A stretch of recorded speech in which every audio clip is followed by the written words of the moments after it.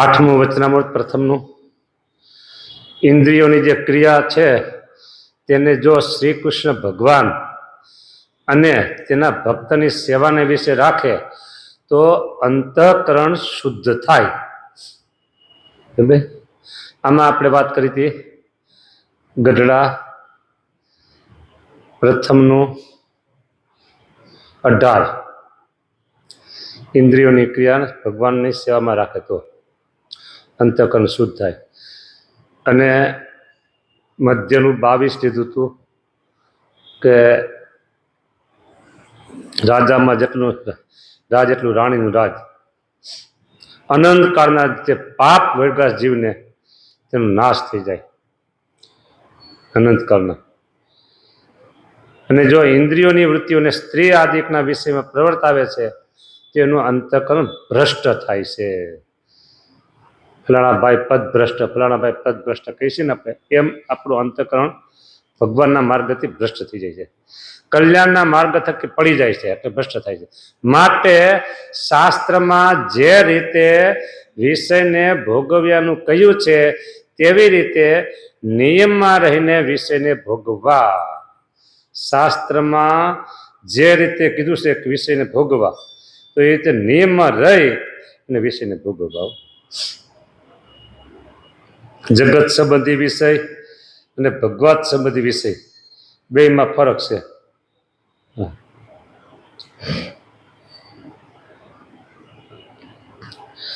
જગત સંબંધી વિષય હોય એટલે એમાં જગતની વાત જ આવતી હોય, બીજી વાત ભગવાન સંબંધી કઈ હોય જ નહીં.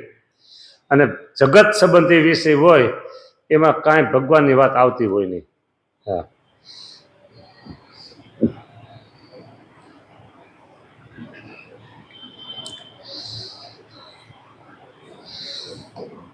સરખે સરખા જુવાનિયા ભેગા થાય, બાઈઓ હોય કે પછી ભાઈઓમાં સરખી ઉંમરના હોય અને નવરાશનો સમય મળી ગયો હોય અને પછી જે વાતોના ગપાટા નીકળે એમાં ભગવાનનું નામ આવે ખરું કે? બોલો. એક બીજી વાત એ છે, અમારા ગુરુ કહેતા,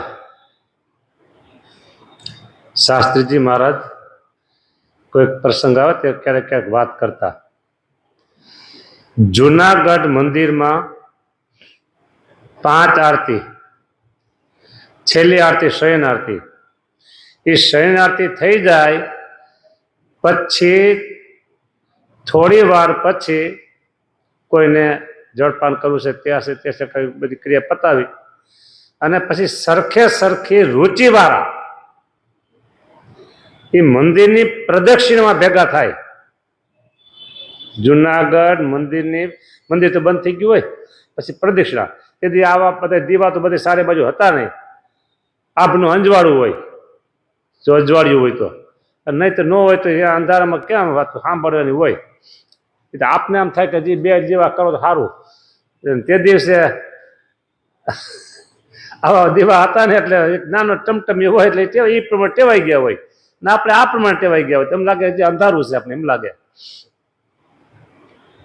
એટલે પ્રદક્ષિણા બધા ભેગા થાય એક રુચિવાળા, હરખે હરખી રુચિવાળા. અને પછી ભાઈ આત્મા અને પરમાત્માની વાતો, જ્ઞાન ગોષ્ઠીની વાતો, ભગવાનના મહિમાની વાતો, ભગવાનની સર્વોપરી સુપરફાસ્ટ એવી જે ઉપાસના એની વાતો એ જે નીકળે ને એ જુદી રીતની હોય. ત્યાં કઈ જગતની વાતનો ગંધ આવે ખરો કઈ? કયો મનસુખભાઈ? બોલો. આ એવું છે. એટલે અહીંયા જગત સંબંધી વિષય છે અને ભગવાન સંબંધી વિષય, બરાબર. અને જોવાની હરખા હરખા ભેગા થયા હોય એ હરખે હરખા ભેગા થયા કહેવાય. અને આ શું કહેવાય? હરખી રુચિવાળા ભેગા થયા એમ કહેવાય. હા, ઓલા હરખે હરખા ભેગા થયા. અહીંયા ભગવાનનું નામ ક્યાંય ન આવે, ઠઠ્ઠા મસ્કરી, હાંસી મસ્કરી, એકાબીજાને ઉતારી પાડવી, આવી બધી વાતો હોય. અને અહીંયા ભગવાન સંબંધ વાતો હોય. અહીં જગતની ગંધ નો આવે અને આ જગતની ગંધ નો આવે. હા, અમારા ગુરુ કહેતા કે એ પેઢી ઉકલી ગઈ, પેઢી ઉકલી ગઈ, એ પેઢી ઉકલી ગઈ. એમ બીજું કહેતા કે એ નિશાળ હવે બંધ થઈ ગઈ, એ નિશાળ બંધ થઈ ગઈ. અત્યારે છે ને આખી દુનિયામાં આ એકનું જ રાજ છે. આખી દુનિયામાં આ એકનું જ રાજ છે. હા, આમ હારું અને આમ નહીં હારું. પણ જો સારામાં સારું કામે કરે છે અને રાતના જોવાનિયા નવરા થાય અને કેમ રાત વહી જાય, અડધી રાત પોણી રાત ખબર ન પડે, તરત મચોડવાનું ચેરું. એટલે રાજ આજે મોબાઈલે લઈ લીધું છે. મારે કહેવાનું એમ છે, તમે આવ્યા પહેલા મેં વાત કરી દીધી કે એક રુચિવાળા સાધુઓ જુનાગઢ મંદિરમાં, રાજકોટ ગુરુકુળની પેલાની વાત, અમારા ગુરુ ત્યાં હતા ને એ વખતે શયન આરતી થઈ જાય અને પછી એક રુચિવાળા અહીંયા પ્રદક્ષિણા ભેળા થાય અને પછી વાતો થાય, ભગવાનના મહિમાની વાતો, આજ્ઞા ઉપાસનાની વાતો, વર્તમાન કોઈ લોપાય નહીં એવી વાતો, આત્મા અને પરમાત્માની વાતો, જગત નાશનપણું છે એની વાતો. એ નિશાળ ઉઠી ગઈ, એ પેઢી ચાલી ગઈ. એટલે હવે એ છે નહીં, અને એ પેઢી જોવા ન મળે, કારણ કે રાજ અત્યારે આનું આવી ગયું. બીજું ક્રિયા પ્રધાન થઈ ગઈ, સેવા પ્રધાન થઈ ગઈ, સેવા સેવા સેવા, ક્રિયા ક્રિયા ક્રિયા, મોબાઈલ મોબાઈલ મોબાઈલ. હા, ઓહો હો, એ ભનુભાઈ, શાંતિ બાપા, એ તમે છે ને આમ કહી શકો, તમે કહી શકો કે અમે આવા હરિભગત જોયા હતા, એટલે કહું તમે એમ બોલી શકો. અને હવે પાછલી પેઢી, હા હા કહું છું બધાય. પછી આ ધનજીભાઈ બગડાય, આ ટંકારિયા બે ભાઈઓ, શું કયો છો? ઓહો, જે તો તમે જોરદાર વાત કરી. અને નારાયણદાસ સ્વામી છે ને જામનગર મંદિરમાં એક વખત બોલેલા. નારાયણદાસ સ્વામી જામનગર મંદિરમાં એક વખત બોલેલા કે અરે એક દિવસ કોના ભેગા બેસતા આજ કોના ભેગા બેઠા શીખ્યા. નારાયણદાસ સ્વામી આ વર્ષ 80-90 વર્ષ પહેલાની વાત, કે 100 વર્ષ થઈ ગયા હોય, એ કે એક દિવસ કેના ભેગા બેસતા આજ કેના ભેગા બેઠા શીખ્યા. ઓલી પેઢી એને આગળ વહી ગઈ અને પછી બીજી પેઢી આવીને એટલે વાત કરતા હતા. એ ત્યારે અમારા ગુરુ એમની ભેગા હતા, એટલે એને સાંભળ્યું બધું. પછી અમારા ગુરુ બોલતા, શાસ્ત્રી મહારાજ બોલતા કે અમે કોના ભેગા બેસતા આજ કોના ભેગા બેઠા શીખ્યા. બોલો.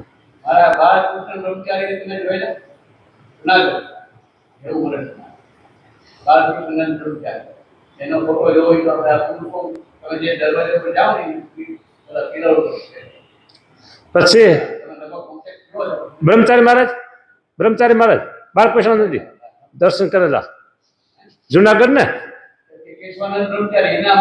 હા, પછી અમારા ગુરુ એમ બોલતા કે અમે કોના ભેગા બેસતા, માનદ સ્વામી, નારાયણદાસ સ્વામી, યોગેશ્વરદાસ સ્વામી, આ બધા ભેગા બેસતા. પછી એમને કે આજે તમે ભેગા અમે બેઠા થઈ ગયા. એટલે આ પેઢી ધીમે ધીમે સરકતી જાય છે, સમજ્યા ને. હાલો, કથામાં આવ્યું કે વિષય મર્યાદામાં રહે, શાસ્ત્ર પણ ભોગવાના માટે શાસ્ત્રમાં જે રીતે વિષયને ભોગવાનું કહ્યું છે તેવી રીતે નિયમમાં રહીને વિષયને ભોગવા. મર્યાદા પણ શાસ્ત્રની મર્યાદાને ઉલ્લંઘન કરીને ભોગવવા નહીં વિષયને. અને સાધુનો સંગ રાખવો અને કુસંગનો ત્યાગ કરવો. મુદ્દો આવ્યો. સાધુનો સંગ રાખવો અને કુસંગનો ત્યાગ કરવો. કુસંગ શું અને સત્સંગ તો ખબર પડી ગઈ આપણે કરી. કુસંગ શું? ભગવાન ભૂલાવે ને એ કુસંગ. અને મોટામાં મોટો કુસંગ તમે જોયો છે? મોટામાં મોટો કુસંગ શાબાશ તમે રાઈટ કીધું. મોટામાં મોટો કુસંગ એટલે આપણો દેહ. આવું નિષ્કુળાન સામે કીધું છે યમદંડમાં. જો આ મોટા મોટો કુસંગ. શું કા મોટા મોટો કુસંગ? ઘણી વખત પરવશ થઈને આ દેહ ભગવાનની આજ્ઞા લોપાવી નાખે છે એટલે એ મોટો કુસંગ કીધો. બોલો હવે ગુણાતીતાનંદ સામે 3 પ્રકારના કુસંગ કીધા.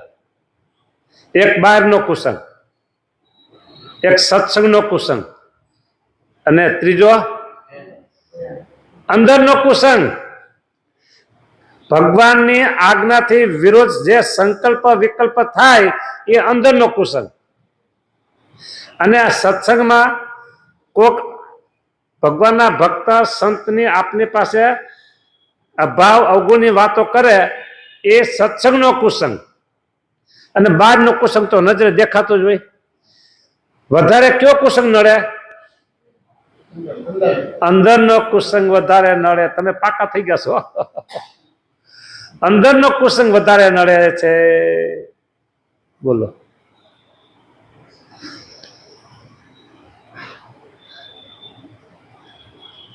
એટલે સાધુનો સંગ રાખવો અને કુસંગનો ત્યાગ કરવો. બરાબર. હવે વાત જો મળી જાય તો વચનામૃત છે પ્રથમનું 14મું. એમાં કંઈક મહારાજ આવી જ વાત કરે છે. હા, જો મળી જાય તો આપણે જોઈ લઈ. બરાબર. 14માં વચનામૃતમાં. હા, ત્યાં મહારાજ એ વાત કરે છે.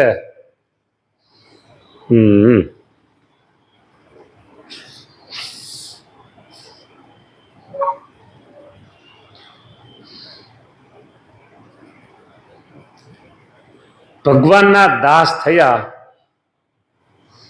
પછી એને કંઈ કરવાનું રહેતું નથી.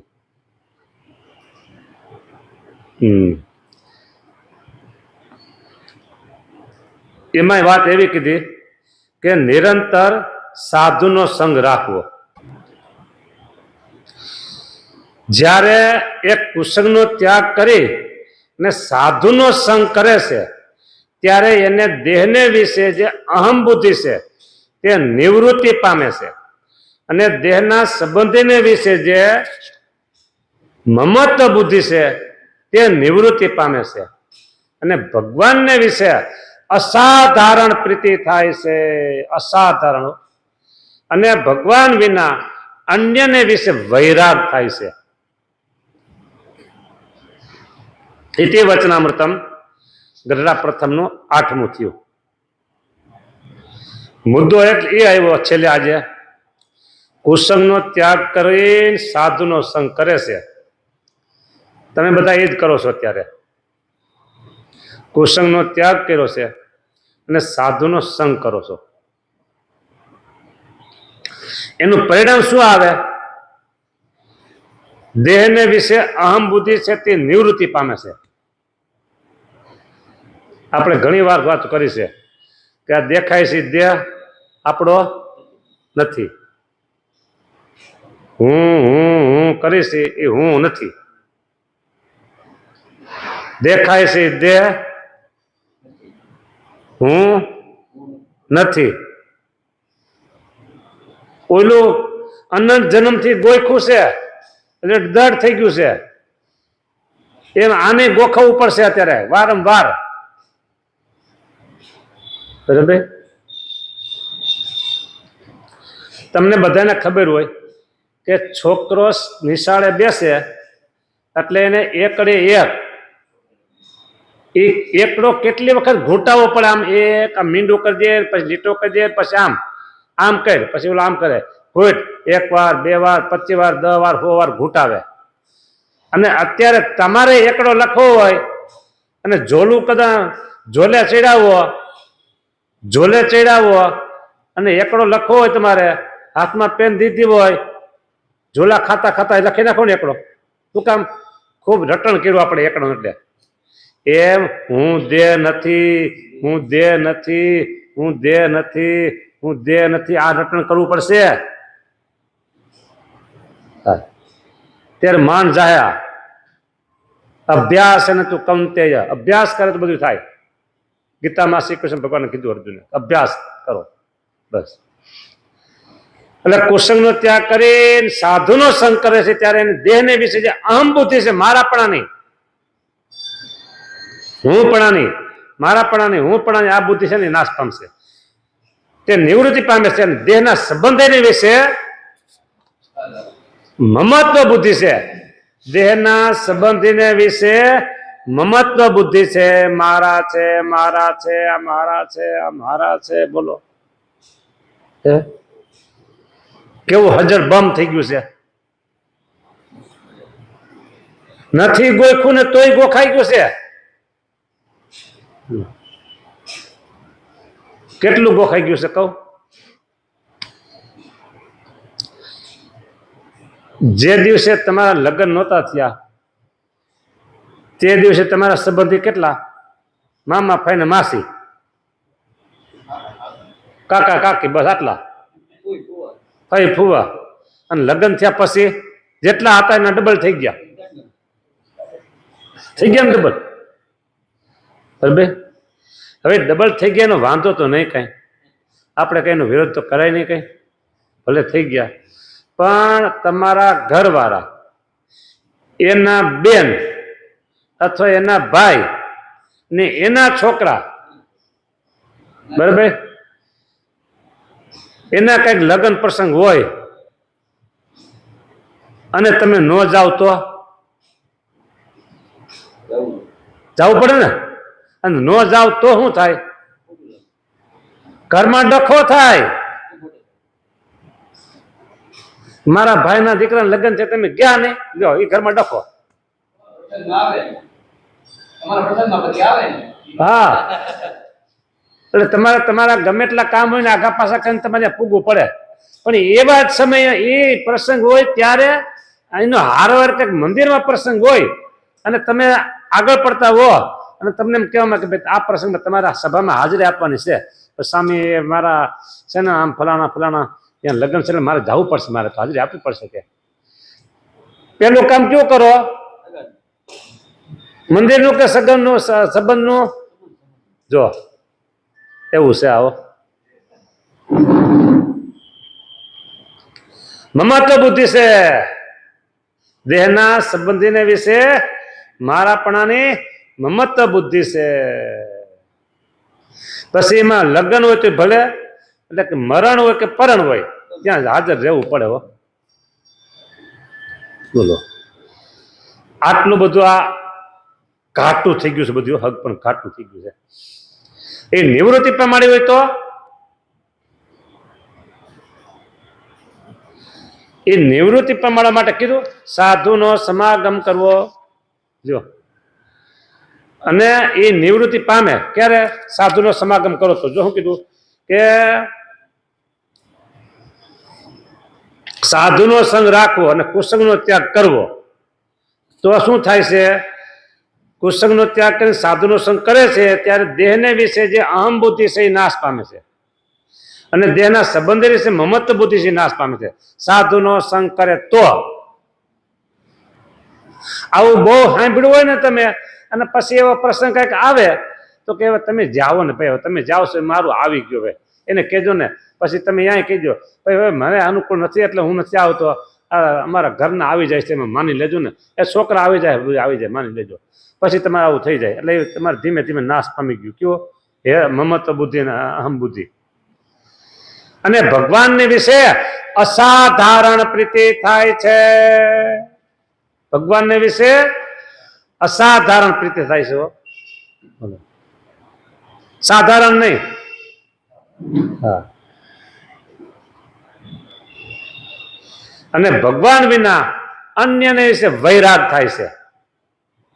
ભગવાન વિના અન્યને વિશે વૈરાગ થાય છે. વૈરાગનું કામ એ છે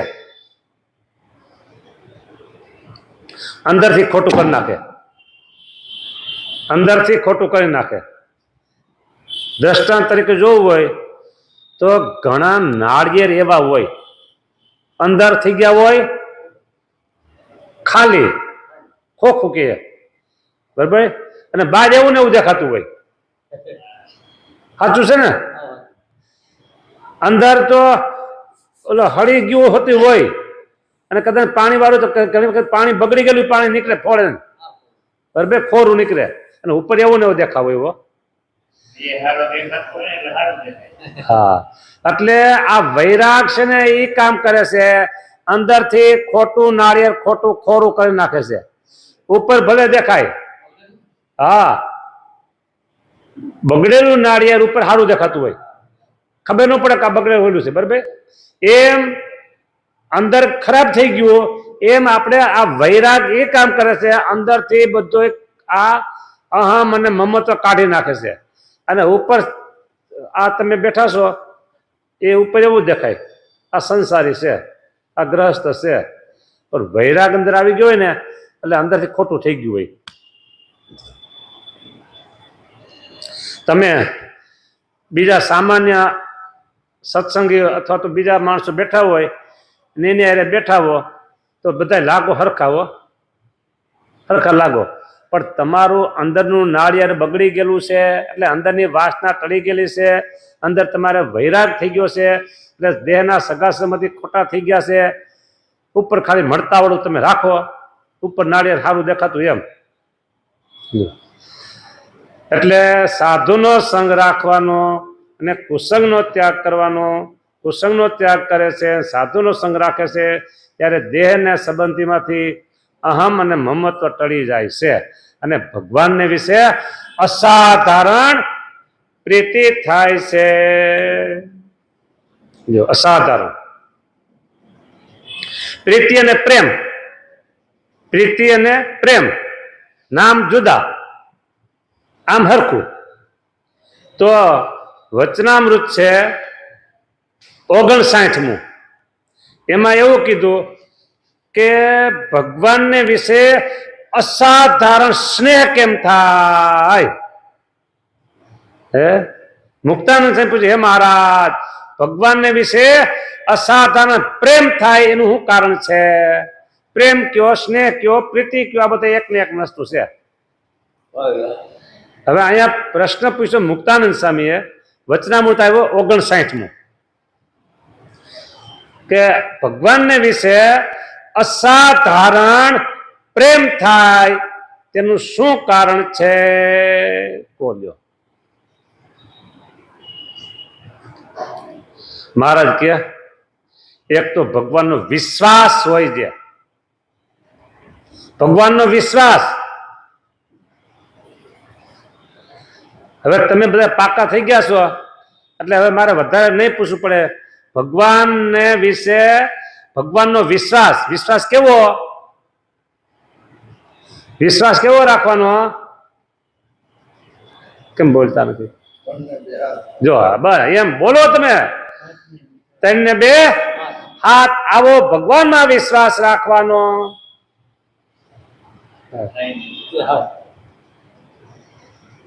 શું વિશ્વાસ રાખવાનો? કે આ મને મળ્યા છે તે નિશ્ચય જ ભગવાન છે, આવો વિશ્વાસ. આ મને મળ્યા છે એ નિશ્ચય જ ભગવાન છે. જો નામ નહીં લઉં, પણ પરોક્ષમાં ઘણા બધા ભક્તો થઈ ગયા, પરોક્ષમાં ઘણા બધા ભક્તો થઈ ગયા. તો એ ભક્તોની પાછળ ભગવાન નામ લાગતું હોય છે, ફલાણા ભગવાન હોય ભગત, બરાબર. તો એ ભગવાન, અને અહીંયા કીધું મને મળ્યા નીચે ભગવાન છે, તો એ ભગવાન. બીજા જે અવતારો કહેવાય એ ભગવાન કહેવાય. તો પછી એમાં કઈ ફરક ખરો કઈ? પણ આ મને મળ્યા છે એ નિશ્ચય જ સર્વોપરી ભગવાન છે, સર્વે અવતારોના અવતારી છે. આ વિશ્વાસ સર્વે અવતારોના અવતારી છે, સર્વોપરી છે, સદા સાકાર સ્વરૂપ છે ભગવાન, અને સદા દિવ્ય સ્વરૂપ છે. દિવ્ય સ્વરૂપ કેવું સમજો? ભગવાન જ્યારે મનુષ્ય રૂપ હતા ત્યારે સામાન્ય માણસ એટલે આપણે અને ભગવાન એ મનુષ્ય રૂપે હતા. તો આમાં કઈ ફરક હતો ખરો? દેખવામાં કઈ ફરક ખરો? આપણે સવારે ઉઠ્યા, નાયા ધોયા, દેહની ક્રિયા કરી, તો ભગવાન એમ જ કરતા હતા. આપણે ક્યારેક કોકને ધકે વઢીએ તો ભગવાન ધકતા વળતા. બપોર 12 વાગે એટલે હાલો હાલો કેમ થાળ થઈ ગયા આપણે કહીએ તો ભગવાન 12 વાગે હાલો મહારાજ થાળ થઈ ગયા છે. આ ભગવાન કે હાલો હાલો ભૂખ લાગી છે. અને 12 વાગ્યા હોય અને સવારમાં કાંઈ નો ભગવાન નાસ્તા પાણી કર્યા હોય અને ઓચિતાની ભગવાનને ભૂખ લાગે, ભગવાને કેવું કર્યું? આ મસ્તકના વાળ કપાવતા એટલે હજામત કરાવતા હતા. ચાલુ હજામતે કે બ્રહ્મચારી ભૂખ બહુ લાગી લે એટલે પણ ચાલુ હજામતે કઈ? હા મહારાજ કાંઈ વાંધો નહીં, હજામત કરી લ્યો, નાઈ લ્યો, પછી તમને જમાડું. પણ નહીં, બહુ ભૂખ લાગી છે, નહીં રહેવાય કે બહુ, એટલે પણ એટલી બધી ભૂખ. હા ચાલુ હજામતે દહીં લઈને જીમાં હે એમ નહીં, એ લીલા બધી વાત સાચી. એમ કે આપણા જેવું જ વર્તન ભગવાન હતું છતાંય આપણા જેવા નહોતા. એ સદા દિવ્ય હતા, સદા દિવ્ય હતા.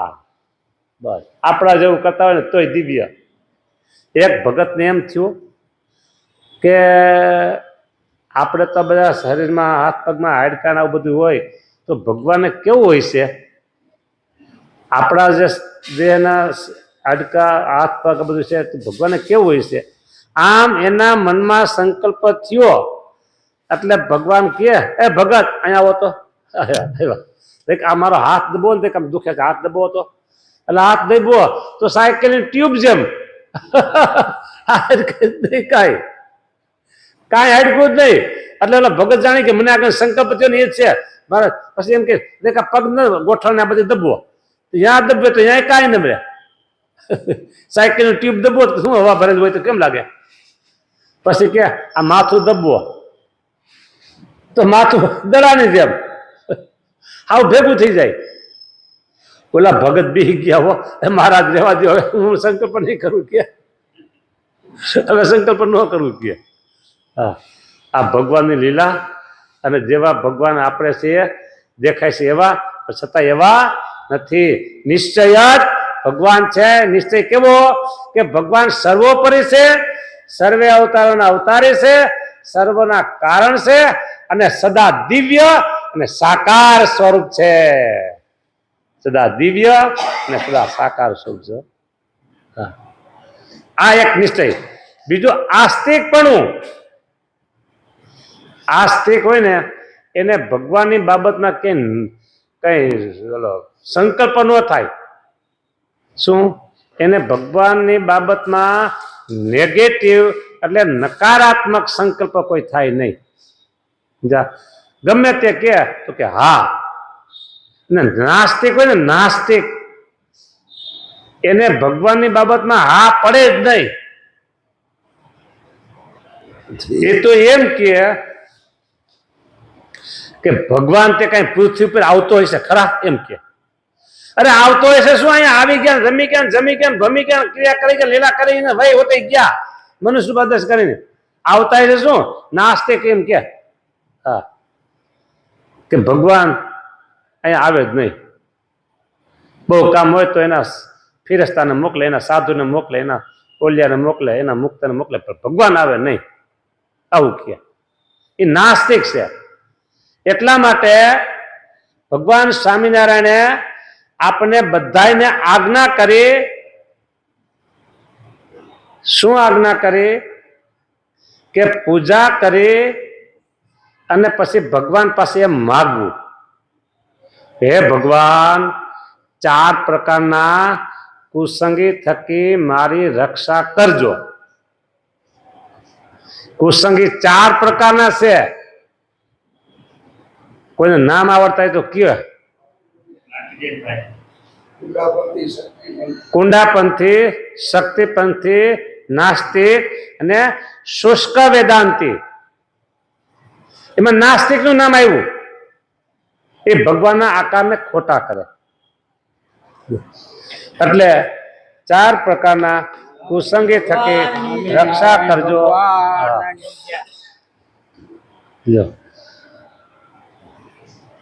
ભગવાનમાં અસાધારણ પ્રેમ થાય એને માટે પેલો વિશ્વાસ, બીજું નાસ્તિકપણું તથા ભગવાનના જે ઐશ્વર્ય તેને જાણે. આ ભગવાન છે તે બ્રહ્મહોલ, ગોલોક, વૈકુંઠ, શ્વેતદ્વીપ એ આદિક સર્વે ધામના પતિ છે. બ્રહ્મોલ, ગોલોક અને શ્વેતદ્વીપ એ આદિક સર્વે ધામના પતિ છે તથા અનંત કોટી બ્રહ્માંડના પતિ છે. સર્વના કર્તા છે અને પુરુષ, કાળ, કર્મ, માયા, 3 ગુણ, 24 તત્વ, બ્રહ્માદિક દેવ એ કોઈને આ બ્રહ્માંડના કર્તા જાણે નહીં. આ બ્રહ્માંડના કર્તા, હર્તા, નિયંતા કોણ છે? કે મને જે મળ્યા એ ભગવાન, બીજા કોઈ કરતા નથી. અને એક ભગવાન પુરુષોત્તમને જ કરતા જાણે અને સર્વના અંતર્યામી જાણે એવી રીતની સમજણે સહિત જે પ્રત્યક્ષ ભગવાનના સ્વરૂપને વિશે નિશ્ચય, તે પરમેશ્વરને વિશે અસાધારણ સ્નેહનું કારણ છે. આગળ પ્રશ્ન એમ હતો કે અસાધારણ પ્રેમ કેમ થાય, તો છેલ્લે શું કીધું? અસાધારણ સ્નેહનું કારણ. એટલે સ્નેહ કયો, પ્રેમ કયો, હેત કયો, બધું એક ને એક. તો આવી રીતે જે કરતા જાણે ભગવાનને, અંતર્યામી જાણે એવી રીતની સમજણ હોય તે પ્રત્યક્ષ ભગવાનના સ્વરૂપનો નિશ્ચય, તે જ પરમેશ્વરને વિશે અસાધારણ સ્નેહનું કારણ છે. ભગવાન પ્રેમ કેમ થાય ની વાત કરી દીધી. લ્યો, આ વચનામૃત હતું મધ્યનું 59.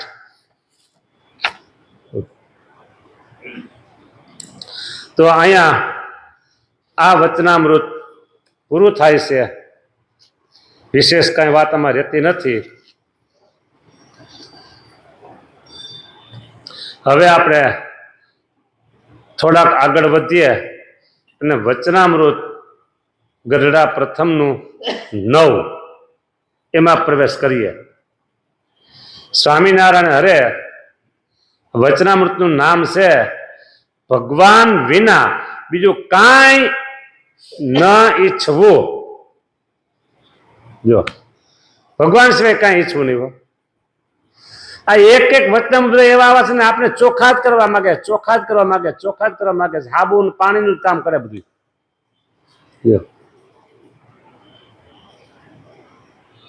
અને છતાંય તમે વચનામૃતની વાત, કથા સાંભળવાની વાત સ્વીકારી લીધી કે ના, એ વાત કરો, વચનામૃતની કથા કરો.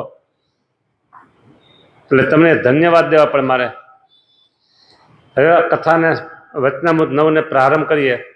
સ્વામિનારાયણ હરે વિક્રમ સંવત 1876 માગસર સુધી દ્વાદશીને દિવસ શ્રીજી મહારાજ શ્રી ગઢડા મધ્યે દાદા ખાચરના દરબારમાં વિરાજમાન હતા અને સર્વ શ્વેત વસ્ત્ર ધારણ કર્યા હતા અને પોતાના મુખારવિંદની આગળ મુનિ તથા દેશ દેશના હરિભક્તની સભા ભરાઈને બેઠી હતી.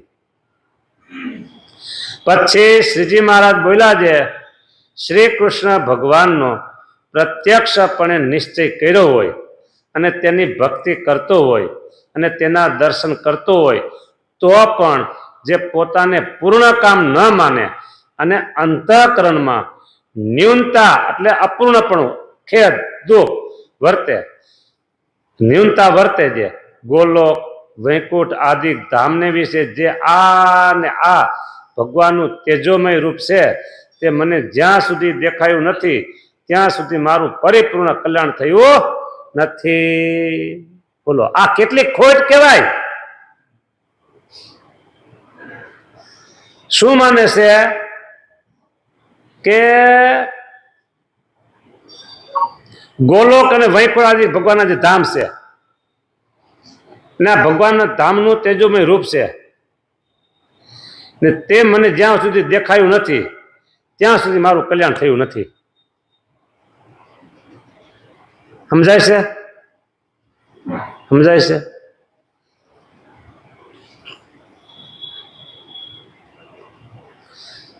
અહીંયા જે આપણે ભગવાન મળ્યા છે એ ભગવાનમાં પૂર્ણપણે મનાતું નથી.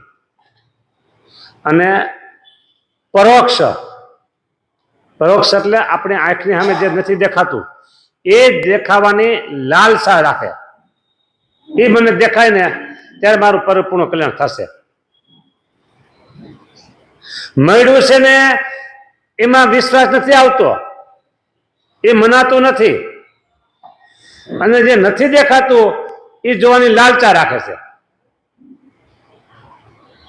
મહારાજ કે એ આવું જેને અજ્ઞાન હોય ને એના મોઢાની ભગવાનની વાતે સાંભળવી નહીં.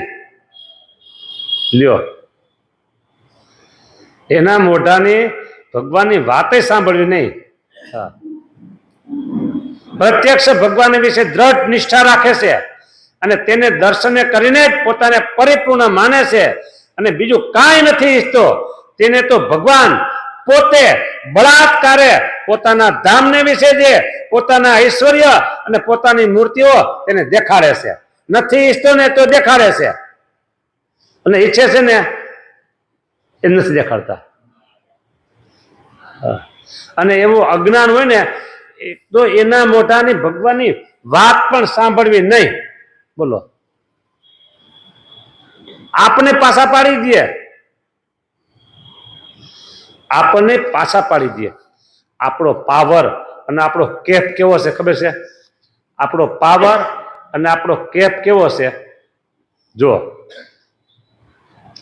સ્વામિનારાયણ ભગવાન એમ વાત કરે છે કે મારા કલ્યાણમાં તો શું, હે, મારા કલ્યાણમાં તો શું, અરે મારી વાત સાંભળશે ને એનું કલ્યાણ થઈ જાય. બોલો, મારા કલ્યાણમાં તો ખામી નથી પણ મારી વાત સાંભળે ને એનું કલ્યાણ થઈ જાય.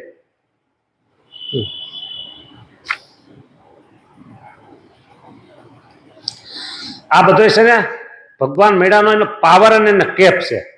હા, પાવર અને કેપ. પછી આ વાત ભગવાને કરી ગઢડા પ્રથમ પ્રકરણનું વચનામૃત 14મું. હવે મારું કલ્યાણ તો થઈ ગયેલું છે પણ મારી વાત સાંભળે એનું કલ્યાણ. લ્યો,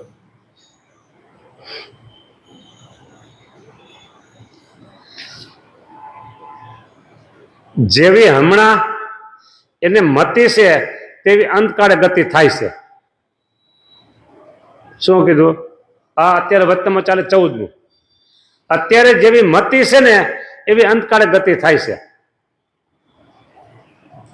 જો તમને એમ રહેતું હોય, કાલે તમને બધાને કીધું હતું કે આપણે બધા બેઠા બધા અનાદિ મુક્ત છીએ, બરાબર ને? અત્યારે તમને એમ થતું હોય કે આપણું કલ્યાણ તો થશે કે નહીં થાય, કાંઈ નક્કી નહીં, તો ન થાય. પણ એમ માનવાનું મારું કલ્યાણ તો થઈ રહ્યું છે, બરાબર? એની મતેમાં એમ હોય કે મારું કલ્યાણ તો થઈ રહ્યું છે તો તેનું કલ્યાણ અંતકાળે થઈ રહ્યું છે.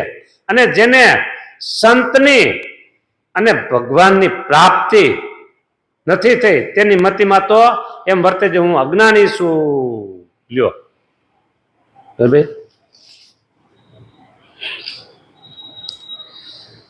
તો એ અજ્ઞાની છે એનું કલ્યાણ નથી થતું. તો આગળ વાત કેમ કીધું? ભગવાનના દાસ થયા છે ને તેને તો કાંઈ કરવું એવું નથી.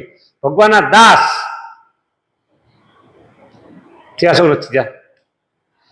ભગવાનના દાસ છો કે નથી? જો તમને વાત કરું, મુક્તાનંદ સ્વામી, ગોપાળા નંદ સ્વામી, બ્રહ્મા નંદ સ્વામી ભગવાન મળ્યા હતા, ભગવાન ભેગા રહેતા હતા, એટલે તે દીદીને આનંદ આનંદ આનંદ હતો, એટલે બધા નામ પાસે આનંદ. પછી છે ને ફેરવવું પડે, દાસ થવું પડે. શું થવું પડે? દાસ. જો અહીંયા કીધું કે જે ભગવાનના દાસ થયા છે તેને તો કાંઈ કરવું રહ્યું નથી. ભગવાનના દાસ થયા છે તેને કાંઈ કરવું રહ્યું નથી. 14 મત વાંચું છું. એના દર્શન કરીને જો બીજા જીવનું કલ્યાણ થાય. ભગવાનના દાસ થયા છે એને કાંઈ કરવું રહેતું નથી, એના દર્શન કરીને બીજાનું કલ્યાણ થાય. એટલે આ વસ્તુ અમને ક્યારેય ભૂલાય નહીં ને. અમને એટલે કોને? સાધુને ક્યારેય ભૂલાય નહીં ને કે અમે દાસ છીએ. એટલે અમારા બધાને નામ પાછળ ધર્મ પ્રકાશ દાસ, હરિકૃષ્ણ દાસ, લક્ષ્મીનારાયણ દાસ, પૂર્ણ પ્રકાશ દાસ, રસિક વલ્લભ દાસ. કોઈ પણ નામ તમે લ્યો પાસે દાસ આવશે. વૃંદાવન દાસ, બધા એની પાસે દાસ. ભક્તિ વલ્લભ દાસ. એટલે એને ખબર છે કે હું દાસ છું, ભૂલાય નહીં કોઈ દી. શું? એટલે કાયમ માટે નિર્માણે પણ રહીએ. હા, એટલે અહીંયા કે છે કે જે ભગવાનના દાસ થયા છે તેને તો કાંઈ કરવું રહ્યું નથી, એના દર્શને કરીને તો બીજા જીવનું કલ્યાણ થાય છે. તો એનું કલ્યાણ થાય એમાં શું કહેવું છે?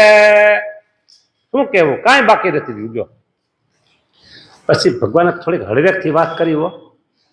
ભગવાને હળવેકથી વાત કરી, પણ ભગવાનનું દાસપણું આવવું તે ઘણું કઠણ છે.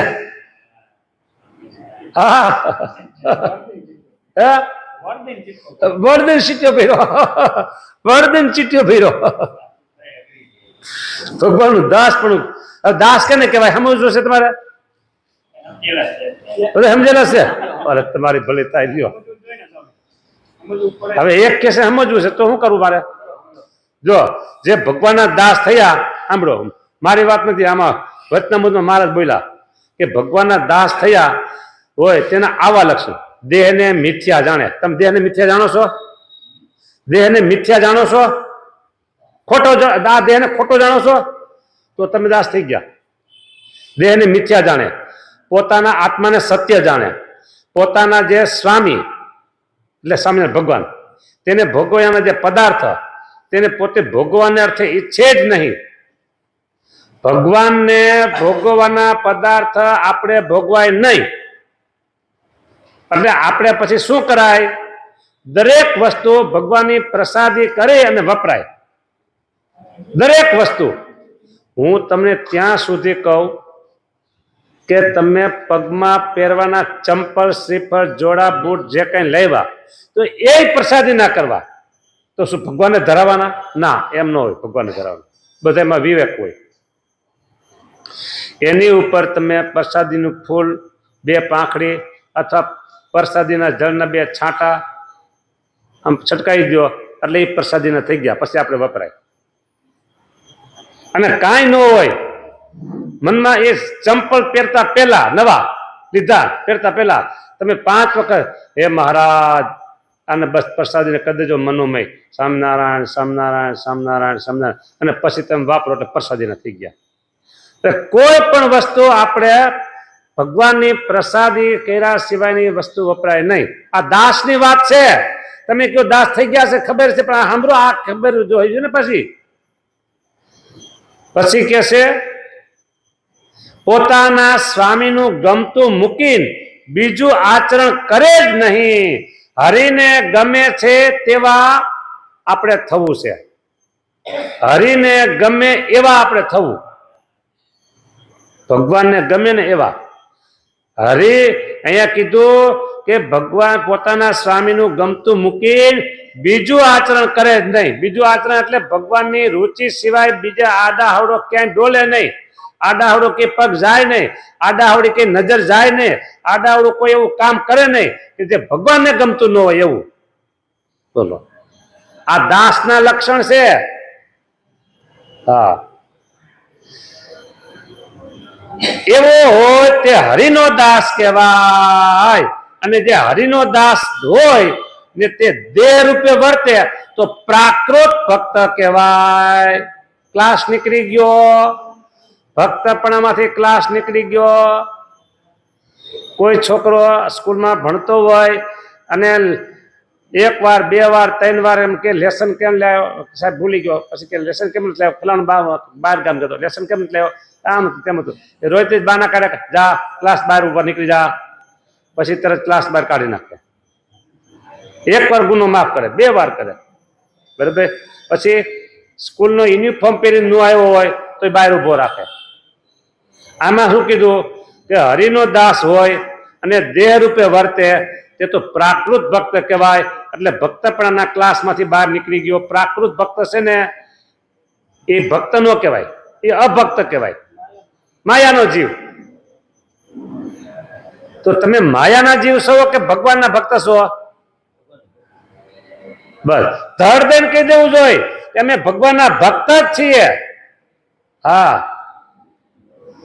આપણે ભગવાનને ન ગમતું હોય એવું કાંઈ ન કરાય.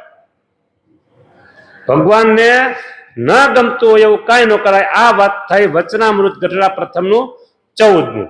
આપણે વાત ચાલતી હતી ગઢડા પ્રથમનો 9.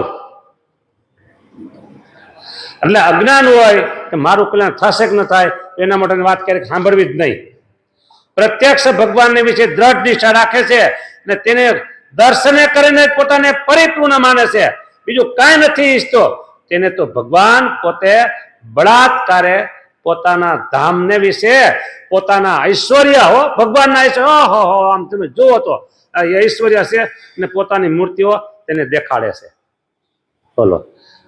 માટે જેને ભગવાનને વિશે અનન્ય નિષ્ઠા હોય તેને પ્રત્યક્ષ ભગવાન વિના બીજું કાંઈ ઈચ્છવું નહીં. પ્રત્યક્ષ ભગવાન મેળાશે? હા, તો ભગવાનની મૂર્તિ સિવાય બીજું કાંઈ ઈચ્છવું નહીં. બસ ભગવાન મહારાજ, મહારાજ, મારા મહારાજ, મારા મહારાજ, રાત દિવસ સંભારો મારા મહારાજ. બસ આ વાત થઈ વચનામૃત ગઢડા પ્રથમનું 9. સ્વામિનારાયણ ભગવાનની જય.